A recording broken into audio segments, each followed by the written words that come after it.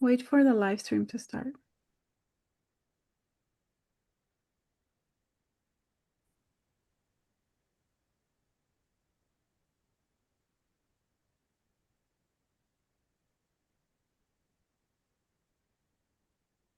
You're live. Hello, everyone. Welcome to this month's edition of the monthly webinar online picket brought to you by the Venezuela Solidarity Network. This month it's being hosted by Code Pink, and it's titled Women Report Back from Venezuela. I will give it a couple of minutes as people are trickling in, and in the meantime, I'm going to explain the interpretation instructions in Spanish because this event will be in English, but we do have interpretation into Spanish. Buenos días a todos. Este evento va a ser en inglés. Si necesitan interpretación, aquí están las instrucciones. Por favor, busquen el icono del globo y seleccionen español. Y si se está conectando por celular, tienen que seleccionar la opción de más para ver el icono del globo y ahí pueden escuchar el español. Y también hay una opción de silenciar el audio original para obtener un sonido más claro. Gracias.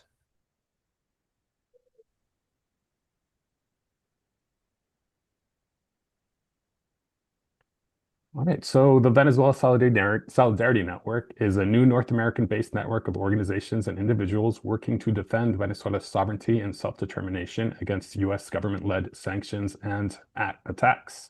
You can find our work at venezuelasolidarity.org. I will put the link in the chat. And thank you for being with us today and I'm very excited because we have four incredible women who were just in Venezuela. This was the first U.S. delegation that was able to, excuse me, to visit Venezuela since the January 3rd attack and the kidnapping of President Nicolás Maduro and first combatant Cilia Flores. They just returned in the last few days from this important trip to Venezuela. And they were able to meet with social movements, communes, government officials, and intellectuals. And they're here to tell us everything they learned. We are very lucky to have with us tonight Medea Benjamin, Ann Wright, Vivian Weissman, and Jody Evans. And we're going to start with Medea Benjamin.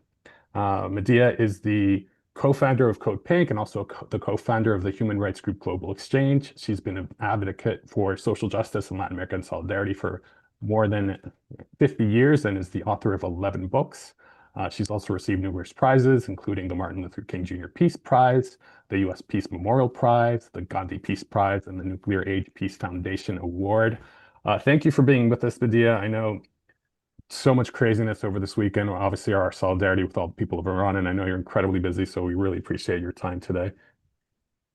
Thank you so much, Leo. And I'm glad you mentioned Iran because I think, we have such heavy hearts right now.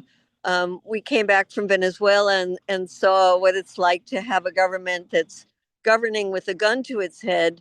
And you think about Iran and what it's like for the people living there now, having bombs going off everywhere in the country, so much destruction and so much arrogance from this empire. It really is so sickening. So we saw that on a different level in Venezuela. And I know we have some people on this call who know Venezuela well and have done a lot of work on that, and other people who haven't. So just to say that since January 3rd, what we heard from people down there say in several different metaphors was like that it was like an earthquake. And they said, we still feel the tremors. And for the acting president, Delcy Rodriguez, it's governing with a gun to her head. And the people that we met with, including the foreign minister and so many others, told us of the sense of indignation of having their president kidnapped by the US and by having Trump think that he is in charge of Venezuela. One thing that one of the speakers, William Castillo, said is that Trump is not interested in democracy or human rights or the amnesty law. He's interested in three other things: oil, oil, and oil.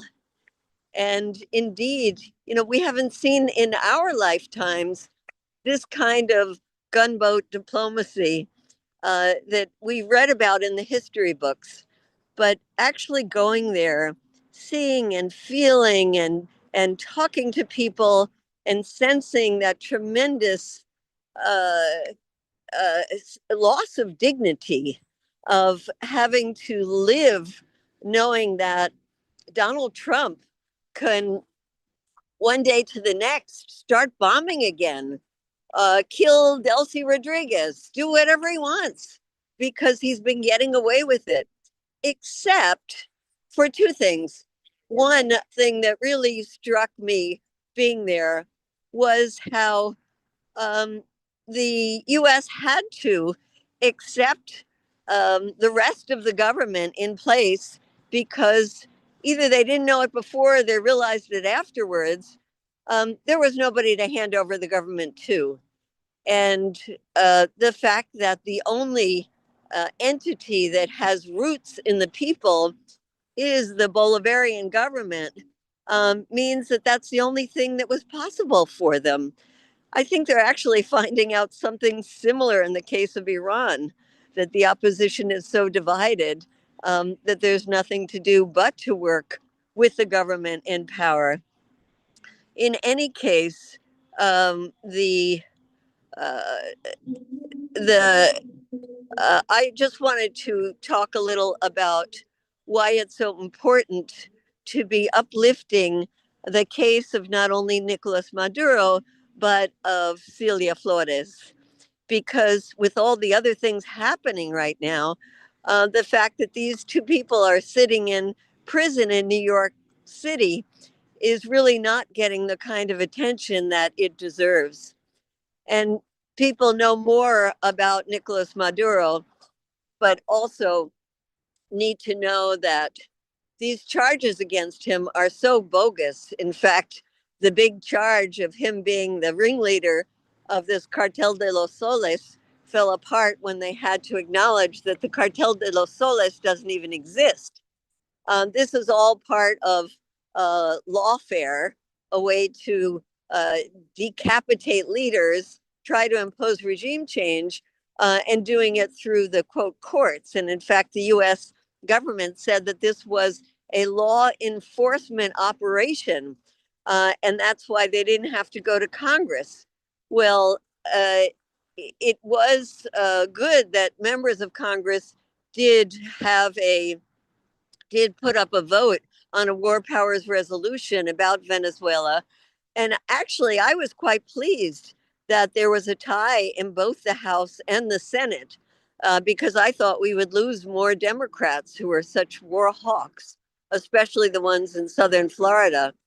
And I think that was the second thing that sent a strong message to Donald Trump to not go any further in the military attack in Venezuela. So those two things: the strength and depth of the Bolivarian Revolution, and the opposition in the United States, which we're seeing also in the case of Iran right now. So Celia Flores, Cilia, I kept saying Celia. And Michelle kept saying, no, it's Cilia. So sorry. Cilia Flores. I think it's important to talk about her a little bit because in the US, we refer to the wife of someone as the first lady. But Maduro didn't call her the first lady. He called her the primer combatiente, the first combatant, which doesn't translate very well into the American vernacular. But that's because she has been so involved in the Bolivarian Revolution. She is she has been a central figure in the political life of Venezuela for decades. She first gained prominence in the 1980s as a defense lawyer for the military officers who were involved in the uprising against the government in 1989, including Hugo Chavez. She later was elected to the National Assembly. She became the first president of the National Assembly, and she managed Nicolas Maduro's presidential campaign after Chavez's death. She's also known as an advocate for a lot of social programs that include women's rights and international solidarity. And she was outspoken supporter of the Palestinians. But few women's organizations in the United States, and I would say around the world, really know what an important figure she is. And that's why we do want to uplift her, especially for International Women's Day, and be asking people in the US and around the country to advocate on her behalf. We had a chance to meet with Nicolás Maduro's son and Cilia Flores' stepson. They call him Nicolásita. Cito. He's also in the National Assembly. And he was incredibly upbeat, the son, saying that he had to be, because he had to be an example to keep on going, because that's what his father wanted. And that he had a chance to talk to his father every single day. And for the first couple of weeks, his father only had a Bible in his cell and would quote to his son his favorite passages of the Bible. But it helped them keep up their strength. And physically, they say that Nicolás Maduro is fine, but Cilia Flores is not fine. She suffered a concussion, had 23 stitches on her forehead. She had her ribs bruised, and she also has gastroenteritis. And the food, she has to eat healthy food, and the food in the prison is making her sick. So that's part of what we're asking for, is that she get the kind of food that she needs, that she get all the medical treatment that she needs, and most important is that that she be freed. The charges against her are even more bogus than the charges against Maduro. They charge her with being an accomplice in a campaign in a to bring cocaine into the United States. And the lawyers say that, this is totally made up. In fact, what we were told while we were there is that Cilia Flores wanted to go with her husband, that there was probably a chance that they wouldn't arrest her, but she wanted to be with him.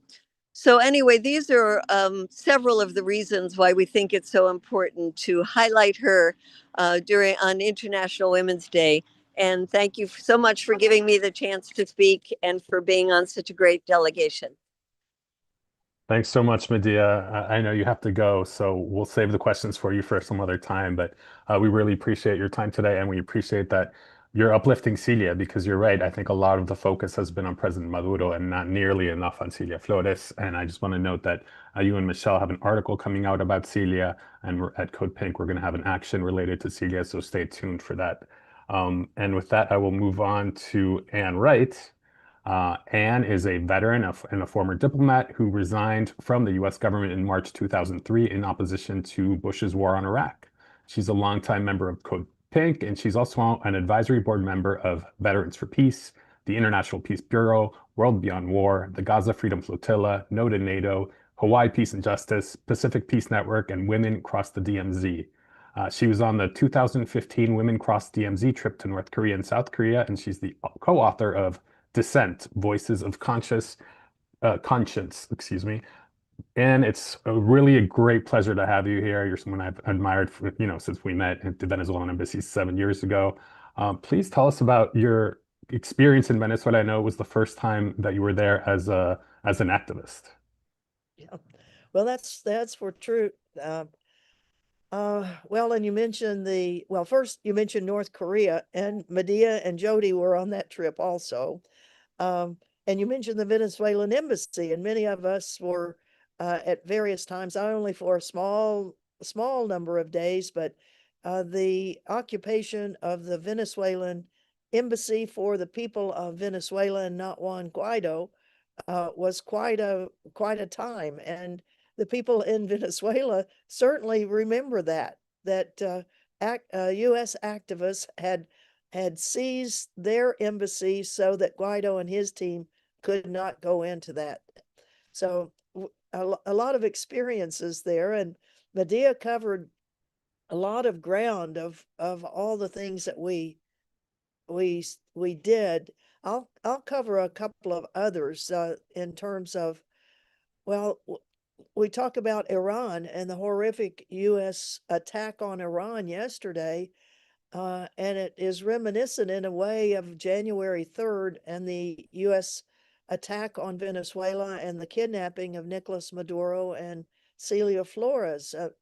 And one of the interesting things is, I think it's don't ever talk to Donald Trump, because he's going to talk to you and make it look like that, oh, there's negotiations going on, things are going smoothly, and then the U.S. military goes in and kills people and abducts the head of state of Venezuela, and then assassinates 40 members of, pardon me, the government of Venezuela. So I think, as most people on this call would agree, nobody ought to give any credence at all to Donald Trump's "be nice, we're talking to you" negotiations. Well, it's all deception and lies. And the decision of Maduro to talk to Trump back in, I guess it was December, and supposedly a very nice conversation, according to Trump. Well, a nice conversation that was leading to the abduction of President Maduro. And one of the places that we went on our trip was to the neighborhood, which was around the house, the presidential, I don't think, well, I'm not too sure how they term it, but it was the location where Nicolás Maduro and Cilia Flores were when the U.S. attacked. And the damage that was done to that facility, to the house where they were in the compound, was substantial, but it was also substantial damage that was done to this very large community that was around that house. And we had an event there where members of the community took small groups of us to various buildings to talk to people there, to listen to their stories of how traumatized they were. They mentioned that in 200 years, there really had not been a foreign influence or foreign invasion.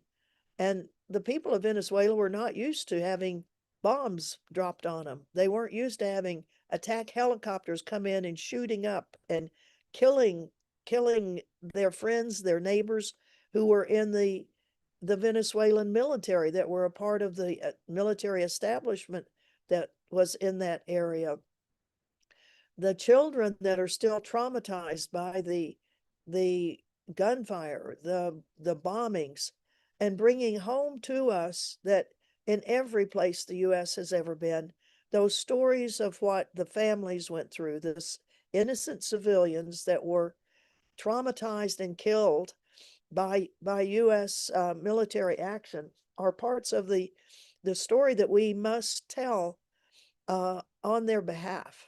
And we had several young kids that talked to our entire group, and in very short amounts of time, you could tell the trauma that they still had of remembering in the middle of the night, all of a sudden windows breaking, of horrible noises, of gunfire.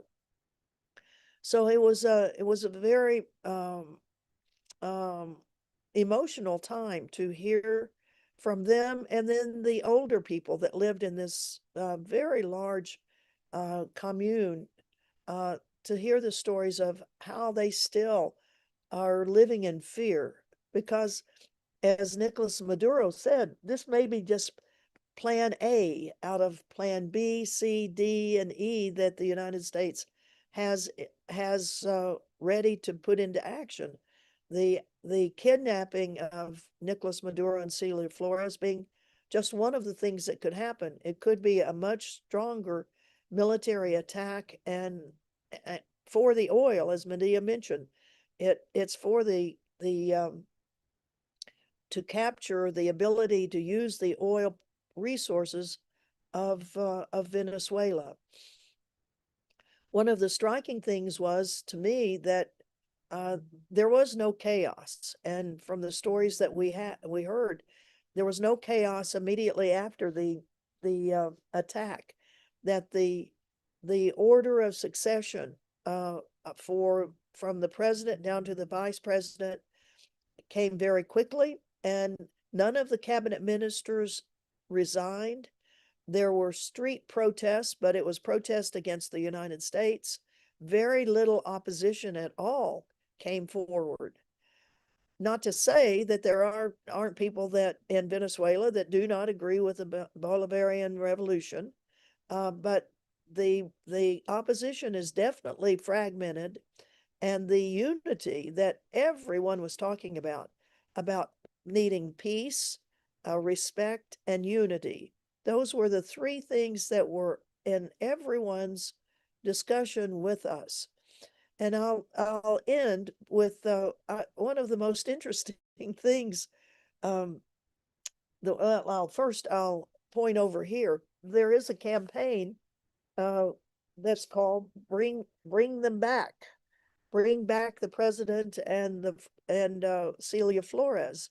The people are highly upset, of course, that they were kidnapped and that they are being held in prison. And Code Pink will be having a campaign of bring them back, and particularly focusing for International Women's Day on Cilia Flores.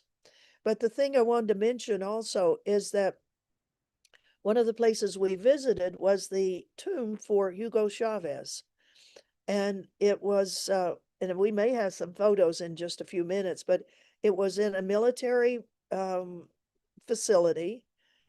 It was, his tomb was guarded by Venezuelan military in some of the old-timey military outfits. And there were two flags that were behind Hugo Chavez's tomb. One of them was the Venezuelan flag, and the other was the Palestinian flag. And that was, I about fell over when I saw that. And as Medea mentioned, Cilia Flores, I mean, the people of Venezuela are in solidarity with the oppression that, or they're in solidarity against the oppression that Israel and the US and other countries have had on the Palestinians. And to see the flag of Palestine behind the crypt of Hugo Chavez was very, very important. So, pardon me. With that, I'll pass the time on to Jody and Vivian, and thank you all very much for being with us. Thank you. Thanks so much, Ann. And I'm really glad you mentioned kind of what happened that night of January 3rd, the immediate aftermath, which was that there was unity among the people, among the government, because if there was ever a time for like a coup or a military rebellion or some sort of massive protest, it would have been that night. It would have been that morning rather. And so that just goes to show that despite the quote unquote success that U.S. forces had in kidnapping the president and the first lady, they were unable to destroy the Bolivarian Revolution, which was certainly something they've been wanting to do for quite some time now. Thank you, Ann. Look forward to hearing more from you in the Q&A. Next up, we are very glad to have with us Vivian Weissman. Vivian is a Cuban American. She's a filmmaker. She's on the board member of Code Pink, longtime activist. I've seen Vivian around in Palestine actions, Cuba actions, Venezuela actions. And Vivian, this was your first time in Venezuela, so I'm really eager to hear your impressions and to talk a little bit about what it means to be Cuban going to Venezuela during these difficult times for both countries. Yes, of course. I wanted to mention that it's Celia, like Celia Sanchez, the Cuban revolutionary head of the 26 movement. She in the Cuban Revolution, we had many women, and Celia Flores, which also means flower, is symbolic of the Bolivarian Revolution striving for women's equality in a very macho culture, which is our Latin America. And she's head of the assembly, the National Assembly. She has a very important position. And as Medea said, she's not ever referred to, hardly ever, as the First Lady, but rather with her title, because her title carries weight and it's symbolic as well. So I had never been to Venezuela, but I've been to Cuba many times, and it's the same. It's exactly the same. It's the same people. It's the same joy for life, the same sense of community where everyone helps everyone else. Well, Jody will talk about the communes, but It's just that they have such an open heart. They're so humble and yet so joyous. And I just felt like I was home. I felt like I was in Cuba. There's very little difference. I was surprised at the similarities, but actually not that surprised because I also have been exposed to a lot of Venezuelans in Miami, and they're very different. They're just, it's not the same. The humility, it's lacking in a lot of the diaspora. I mean, not all of it, of course, but in the upper classes that left and made homes elsewhere. I didn't know it was going to be like arriving in Havana, which is arriving in Caracas. It's very, very much the same. And also I was very moved by the sense of brotherhood that Venezuelans have with Cuba. And Anne mentioned the tomb of Hugo Chavez. There is a room that's all Hugo Chavez and Fidel Castro. So it is they're aligned, they're brothers, and very similar in so many ways. I thought I was going to arrive at a place that was besieged and depressed, but that's not what we saw. Of course, people were shocked by the bombings and they were horrified by the kidnapping of the president and Celia Flores, but they still persevere, just like Cuba.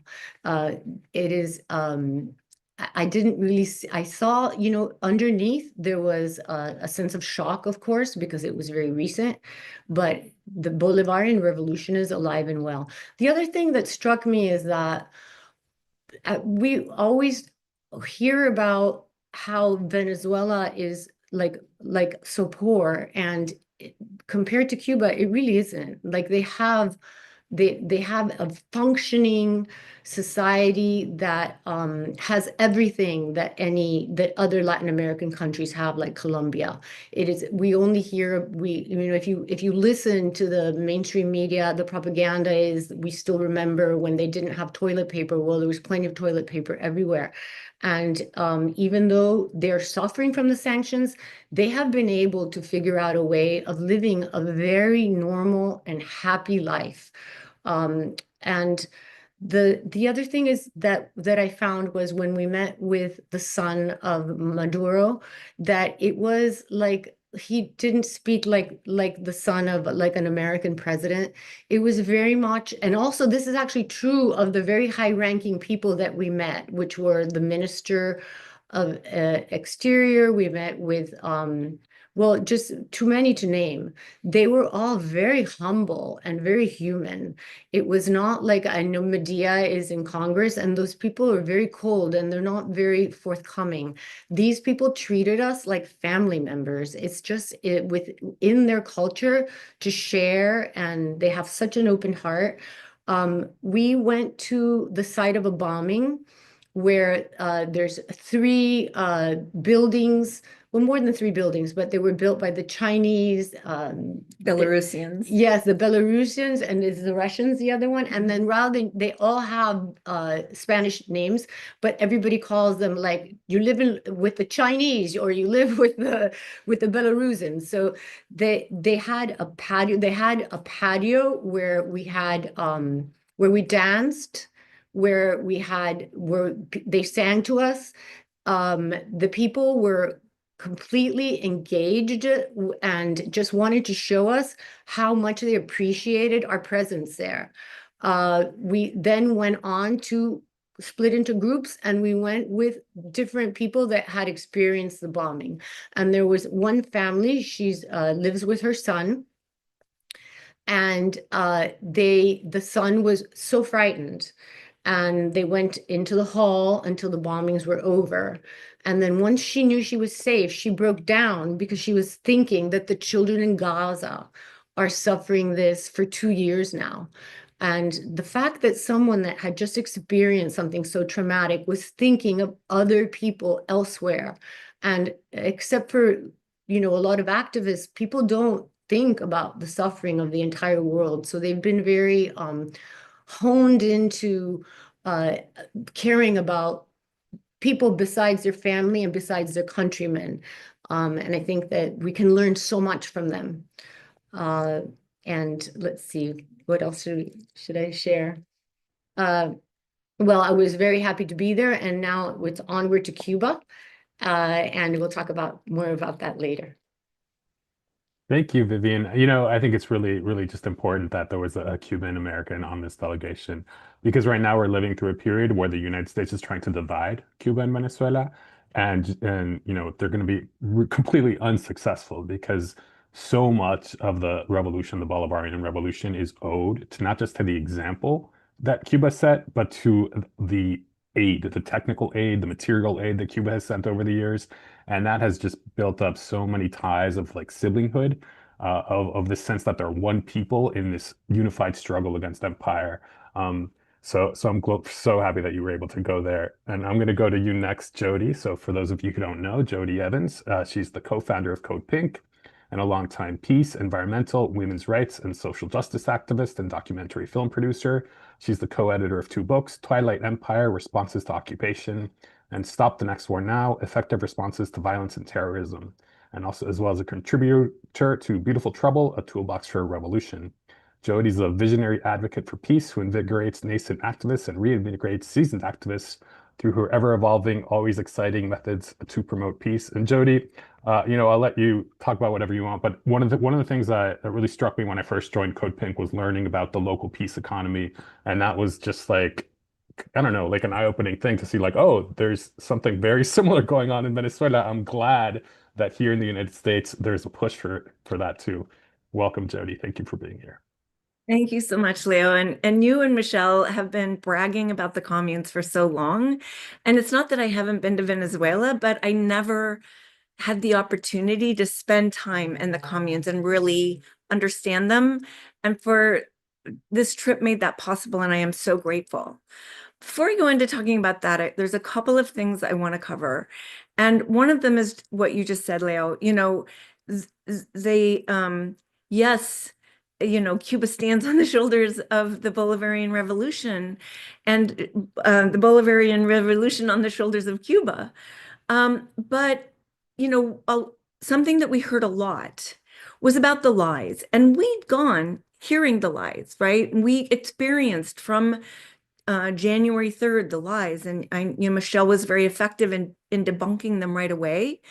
But yes, Michelle can debunk them for the community she's in, but most people aren't having those lies debunked. And what was profound was to feel the like super groundedness of the of the people we met in the truth. And that's not something we have in the United States. We live in distortion all day long. And we were immediately distorted, constantly distorted about Venezuela. But like with what they do with China, they try to separate the left or the progressives by using language of separation. So what's the language of separation? That, you know, the new leadership is partnering with Trump and doing all these bad things when that's not really what's happening. And to be with the people that understood the lies, clearly, they are not sucked in by it. They are not moved by it. It's like their dedication to truth and what they're doing is profound and rare in the United States. Like, as we know as activists, it's like people are ready to believe anything, even though they hate the mainstream media. How often are they dragged away by it? So what I was blown away by was that solidarity of rootedness, which I will say is what I teach with the peace economy. So just a quick thing about the peace economy. You know, working with Code Pink and being up against every day trying to end war, sometime around 15 years ago, I went, oh, we're not going to end war till we end the war economy, which is capitalism, because war just serves the war economy. And so I saw the devastations the war economy creates, you know, global inequality,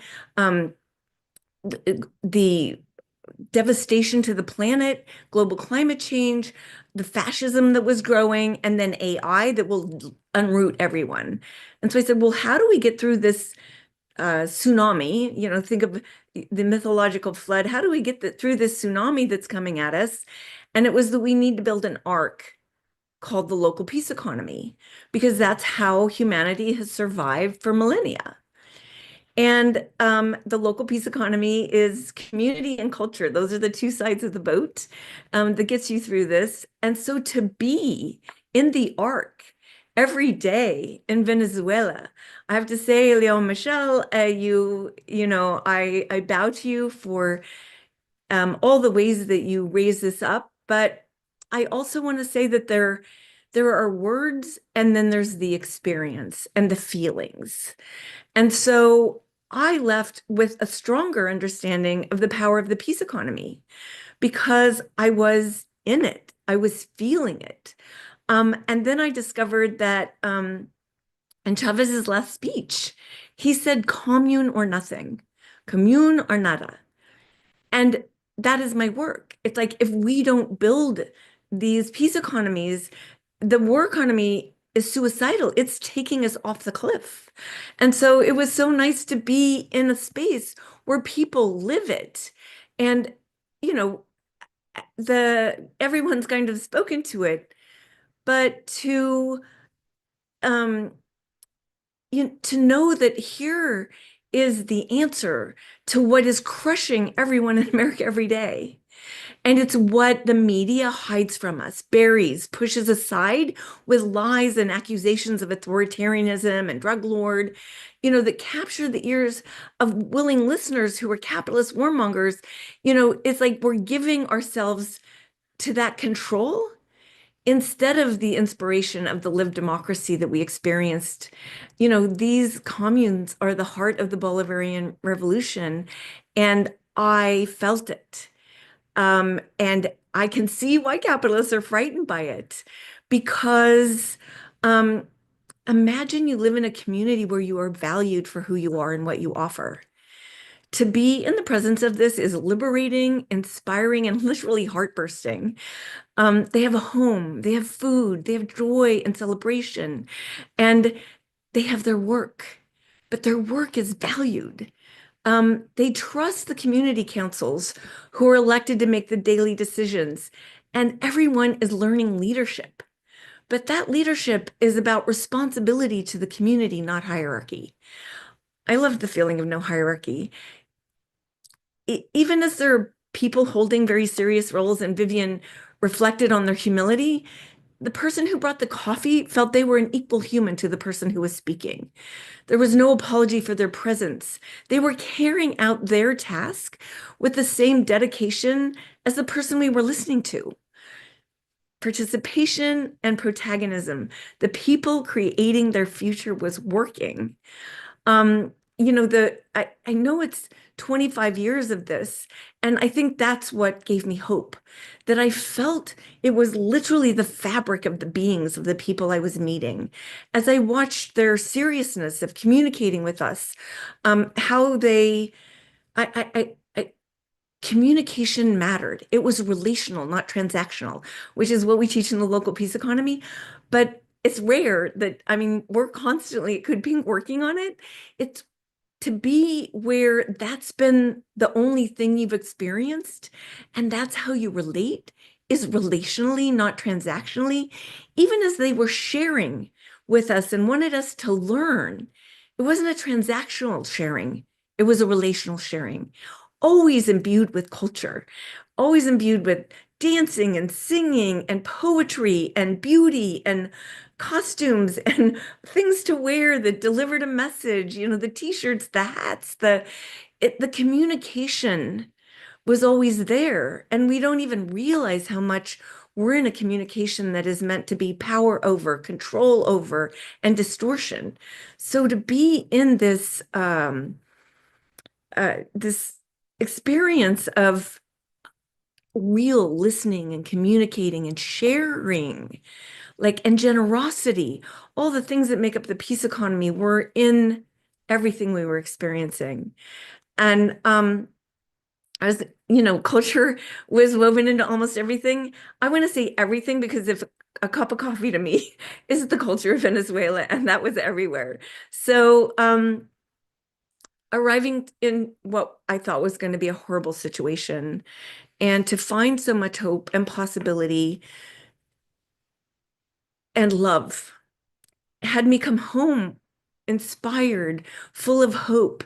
And I've had to give 2 talks in the last 2 days, and I've pivoted from Cuba to Venezuela and from Iran to Venezuela, because in the end, what is there is what we all need to know. You know, we ask them questions like, how are you and what's happening? It's like, that's United States violent power. That is, destruction. We are creation. And to know where you are in the moment is what we don't have yet here, because we are still pulled under, we are still dragged down. Our roots still aren't deep enough to not let that wind take us away from the task ahead.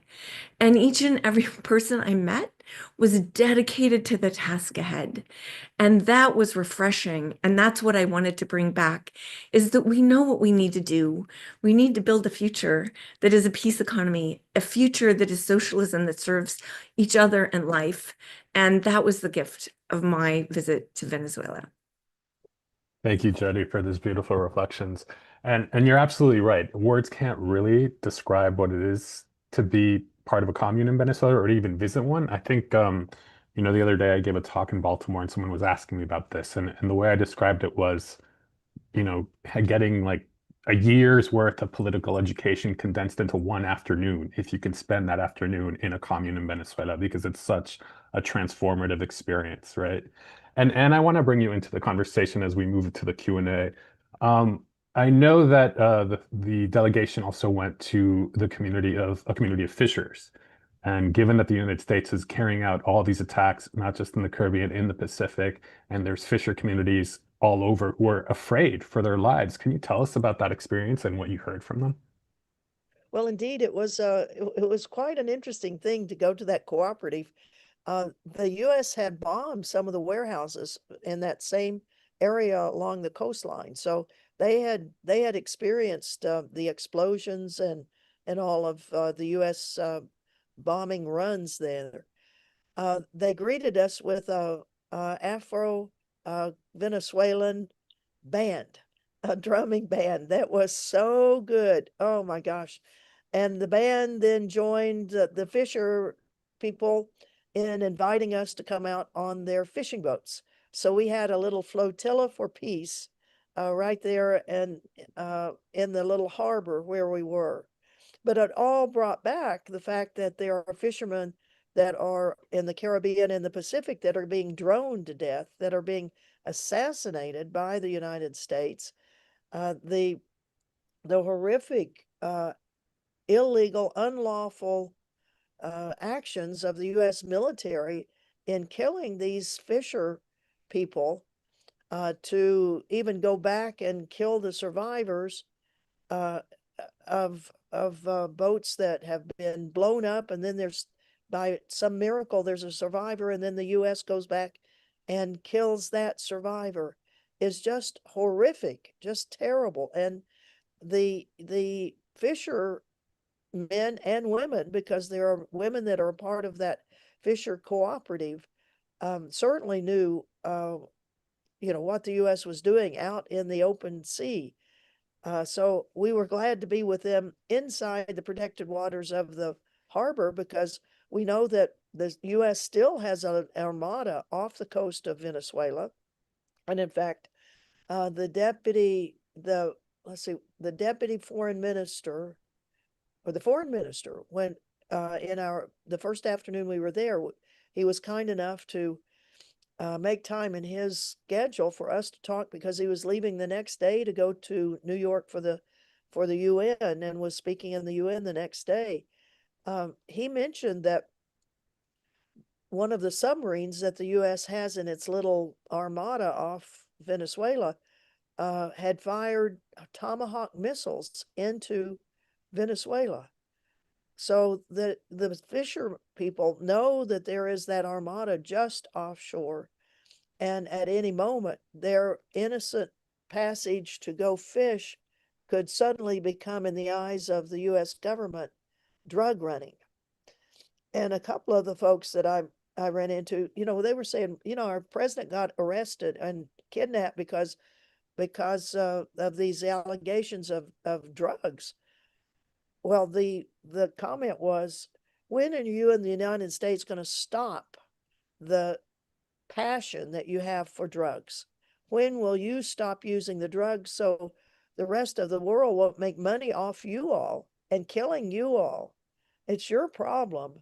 But now we see that, of course, the allegations of drug smuggling going to killing all of these fisher people and all, it's one of the sad things that of the lies of the United States government and the murders and assassinations of people on the mere allegation, oh, well, they were running drugs, when not one of the boats that has been annihilated by the U.S. military, they have not produced one shred of evidence that those boats were carrying drugs.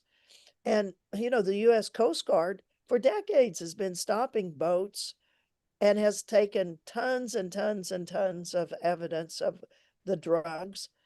But for this administration to say proudly, we're going to kill everybody. We're not going to bother with stopping them. We're going to kill them, and we're going to send the evidence to the bottom of the ocean. So it's not really there. So it was quite a day, and the fishermen went out on the boats, or the band went out on the boats with us, and it was quite a joyous time to be out there. A tiny flotilla for peace in Venezuela. Oh, that's beautiful. I'm glad that I think two or three of you had already mentioned kind of the joy that the Venezuelan people feel despite the difficulties right now. And just to add a little bit more context to what you were saying, and there have been a couple of strikes where there have been survivors, and then the survivors were returned to their countries, which was Colombia and Ecuador, and they didn't go to jail. There was no evidence at all to suggest that they were drug runners, and so they were immediately freed. And so that really cast doubt on this entire narrative that the United States has been using since these strikes began in September. Thank you for mentioning that. But Leo, have any of the boats been blown up in Venezuelans?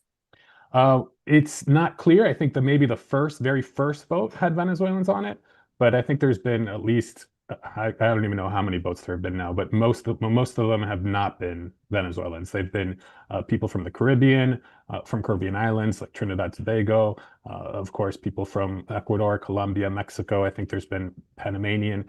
So it's a war really on Latin America and the Caribbean, not just Venezuela. Thank you. That's really important context. Thank you for mentioning that, Jody. I'd also like to say that the war on drugs is an imperial war used in order to invade and infiltrate countries. And we saw that 3 days after the president of Mexico, sorry to digress from Venezuela, first wanted to send the Cubans oil, but then refused to be on the so-called peace committee because she knew she was being used to have a representative of the global South on this horrific sham of a peace committee.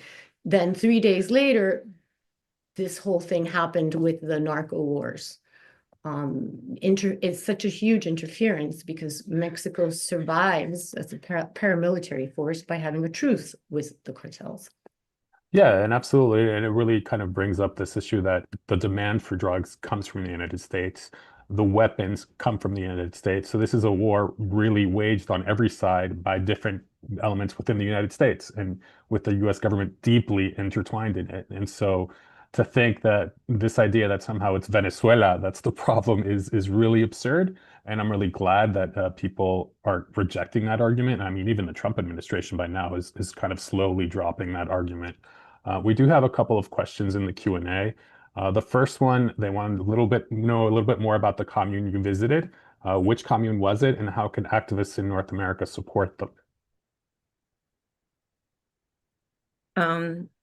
We went to 2, right? Yeah. Mm-hmm. Well, the Fisher commune, they call it the Fisher folk.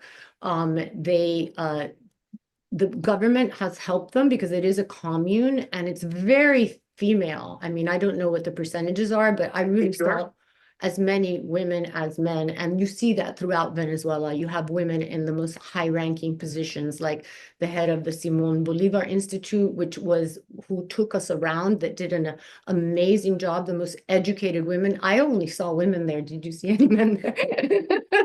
There were men. So, but they have the leadership, the presidency, the people that took us around, the communications director, and at Telesur, which is so vital for giving us information from Venezuela. The Patricia seems to have one of the highest positions there in Telesur. So we see women in all these positions of power. But back to the commune, I think that they work as a commune, they work together, everyone's friends. And it's actually very productive, and the government has taken it upon themselves to actually export that fish. And so there's Chinese people in mainland China eating Venezuelan fish. So it's like not, it's a commune, but it's not a commune like we would do here, an artisanal commune. It's like truly part of the economy. It's integrated into the economy. Well, I think the other thing is when we got to the fisher folk one, is you're taken through the whole process where the oil, the nylon for the nets, the engine, they take you through the store where that is given to you by the state. And then you move into the fishing and then the production. Fishing more by the men, the production more by the women. And they actually create these, oh my God, that was so good, the different concoctions that they created and fed us. But it's a whole process. And that a lot of people talked about how in this community, they had survived on this food that was being created by the commune, and how they'd all learned different levels of it, and that had really grown by the crush of the US sanctions had, they'd evolved as, being able to create all this and do it with joy and pride and confidence and clarity. The El Penal was the other commune. It's very large. I forgot how many buildings is inside of it, but they said, like it was I want to say 100 acres or more. And we couldn't walk the whole thing because I think when you go to the top of it, there's actually a farm. But the wall to enter had a huge mural celebrating Palestinians that went, like almost a block. We got distracted going in. And then you walk through the neighborhood, and they talked about the neighborhood before the commune, how dilapidated it was, that people were living in cardboard houses. There was no water. There was no electricity or plumbing. And there was violence. It wasn't safe. And so you're walking back into where the state had come in and revitalized. And my shock was that Chavez gave 1 million homes to Venezuelans. In the United States, there are 800 million homeless people. So for me, that was just like, wow, he just gave, and not only gave a home, but we got to go in them.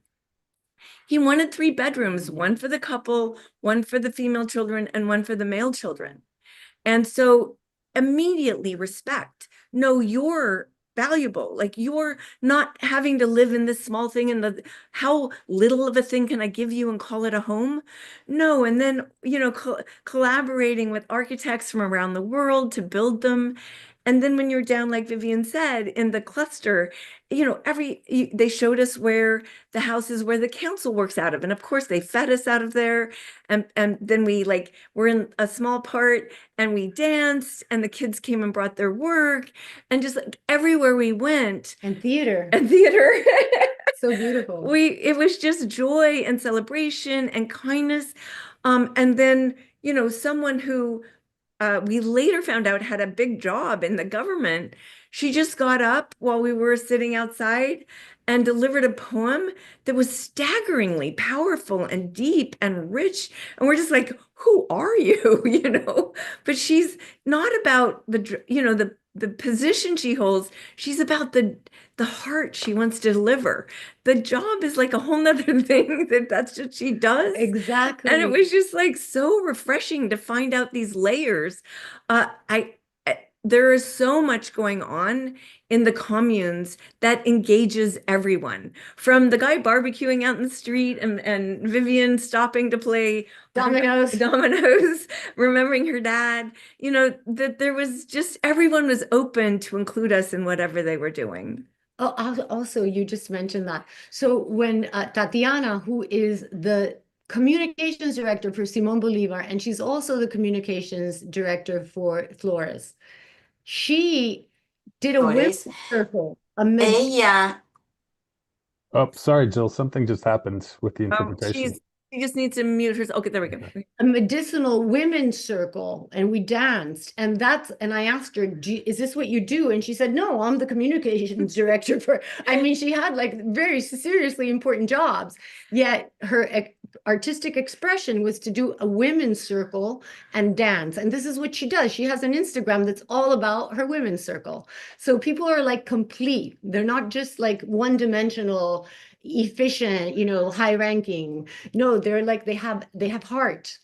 You know what I was thinking, maybe Anne can tell us about, because I haven't read this in the news, about the medicinal nuclear site that was almost hit next to the library. Nobody's read about that. Yeah, that was a really interesting visit. We went up to the Institute for Scientific Investigations.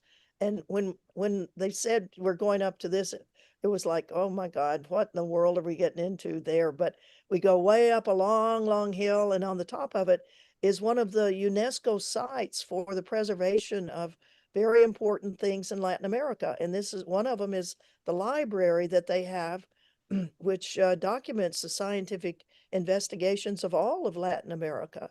So we were there, and then they said, well, part of our facilities are damaged because the US blew up a communications tower right on the very top of the hill. So of course we wanted to go see it. And sure enough, the wreckage was horrific. And even though they've cleaned it up a lot, you could just see the huge, the tower coming down, bouncing on top of buildings and all. And then they said, well, if you come over here and look over the lip of this hill and down in this valley not far below, see that facility down there? That's actually a nuclear reactor. And we all went, what? A nuclear reactor? And it's for medical purposes. It is not a war machine or anything, but it makes radioactive isotopes that can be used for medical purposes. And the shrapnel that was coming down from the blowing up of this communications tower, they said had gone over 1,500 feet and had damaged buildings everywhere. Well, if that tower had fallen down on that reactor, it could have damaged it to the extent that the radioactive pool that's under it, that houses all of the used radioactive materials, it could have been a major nuclear catastrophe for the Caracas area. And it goes back to a kilometer. It was less than a kilometer. Oh no, it was like feet. It was, just down the hill. Yeah, it was like 200 yards or something. It would have hit it. Yeah. And in the part of, well, having been in the US military myself, I know in the planning of these war plans, they supposedly have to identify all of the cultural things, all of the military things, all of the civilian things around it. And supposedly it comes that a decision is made, to try to not hit civilian structures and and certainly not to hit a nuclear reactor, for God's sakes. I have a sneaking suspicion that the US military has never figured out that they almost caused a nuclear catastrophe right there. Thank you. Yeah, I mean, that's incredibly frightening that they would attack that without even knowing. I mean, so much wonderful information has come out. I want to ask briefly, and I think before we get to the final question or two, I know that there was a Was it a dance? I know that I think children performed for you all to talk about the Monroe Doctrine. I don't think that's come up, and I want to talk about that because it's so important, especially when it relates very much to the work we're doing at Code Pink with the new Good Neighbor policy. Can you tell us about that? I guess I will. Well, Vivian said, they did theater in this little community space, and they were denouncing the Monroe Doctrine. And Tig had built a coffin with the Monroe Doctrine written on it. And so we buried the Monroe Doctrine, and there was much celebration because they know the devastation and the violence of the Monroe Doctrine that's being resurrected by the Trump administration. And so what's great is like these young children understand the Monroe Doctrine, the violence of it, and that, they need the United States of America to be a good neighbor instead of a violent neighbor. Oh, I think we should mention this for anyone that doesn't know. We sang this all over the Fisher folk. Everyone sang it. It says, "Make arepas, not war." That's lovely. That was our chant often, and the kids And love. we've changed it like "Bomba no, arepas sí." Like it was constant. It was so beautiful. I mean, they just like got it and ran with it. We had so much fun too. That's great. And then let's just start to wrap up with this final question. Comes from Jeff from Veterans for Peace. So are they trying to just wait it out then? Is that the sense of things? I think he's referring to the Venezuelan people or the government, this pressure from the United States. Is the government just trying to kind of buy time to see what happens in the future? What was your sense? Well, I think wait it out is not the way to say it. I think everyone's very engaged. The people are engaged in building a future. Those that are in leadership are definitely not waiting it out. They are in constant dialogue and trying to find ways to thread a needle, I guess is the right way to say it. They've been, again, there's a gun to their head. Again, the threats are horrific. The United States said, that was plan A, and we have plan B, plan C, plan D, plan E, plan F. So yes, horrors are being breathed down their neck every day. And they are staying quite committed. And I think one thing that I was really profoundly moved by was Maduro's son, who says he gets to speak to his dad every day, and his mom, and that his dad admonished him that no, there should be in the negotiations no violation of the values of Venezuela. He's willing to stay in jail for the rest of his life. That what I didn't know is that he was glad he was alive. He thought he was dead. So, like the fact that he's a prisoner in New York City is quite different than his expectation of that night. And that he doesn't want to in any way that arrest to be used in any way to violate the Bolivarian Revolution and the values that the people of Venezuela have been fighting for the last 25 years and beyond.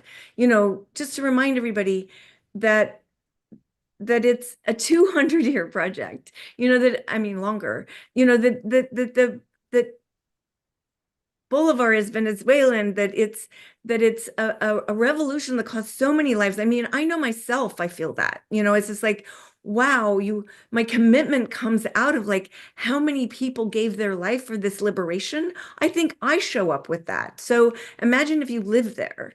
And so you find that everyone from all the people in the government we talk to Telesur, to the people in the communes, they are willing to find the ways to thread a needle with a monster. I'm like, you're engaged with a tiger and you're doing what you have to do to survive. But we were told often that there are red lines. And, those red lines haven't been hit yet. I think, like others have said, I think they were surprised that there isn't anyone else to carry Venezuela forward. And throwing a country into chaos is not good for anyone. And that I think they can't throw this country into chaos, because the other thing we learned is that, the rumor was, or what did the US say, that the opposition had won by 80%, but no one is in the streets. We met a reporter that had gone to an opposition rally, and they said, like, there were hundreds of thousands in the street the day after for Maduro, and he went to a rally and there were 500. There were no police, there were no arrests, they all had their voices, they all spoke up. But that, I think something the Trump administration wasn't thinking about is these people are Venezuelans. And you just, went after them. And they, so there isn't a unified opposition, as we've seen in all these last elections. Much of the backing for the opposition elections are the United States. And I forgot her name that won the Nobel Peace Prize, but Maria Corina. nobody even, the fact that she advocated for bombing Venezuela, she can't even go back to Venezuela. No, that's impossible. It's like it's similar to the situation in Cuba. They want a president of Cuba that's been in exile for 40 years. It doesn't make any sense. She gave her peace prize to Trump, who bombed them. So and she called for the bombing. So we always think from the West and the empire. We unfortunately have empire thinking, and thinking like that misses how the Venezuelans think and feel and operate. And I think, so when you say waiting, there's nobody waiting. Everyone is fully engaged with every ounce of their being in the direction of a peaceful future, and with a gun to their heads. Yes. And with sanctions, because they're still sanctioned, which is, the economy. I mean, the United States knows that people also vote, like here, how they're doing daily life, the price of eggs, and the sanctions is keeping everyone down. So if they decapitated the government continues, but they took the top off, but if they haven't lifted the sanctions, so that kind of makes it so it's very difficult, because some people don't look ahead. They just think like, life is difficult for me, and they forget that it's a sanctioned country. That's exactly right. And I think that's actually a great segue to this next segment, which we're going to ask Michelle to talk about Cuba a little bit. Speaking of people who aren't waiting, who aren't just sitting around, who are building and struggling and resisting and doing what they can. Please, Michelle, let us know what Code Pink is doing for Cuba right now. Thank you so much. Yes. Well, first of all, I have to say that every day that this delegation was in Venezuela, I received so many messages of my people over there feeling proud, feeling dignified. The word they used was remoralized, so you like knowing that the people of the United States are not their government was very important for them. It was important for me. I was so proud. So thank you so much.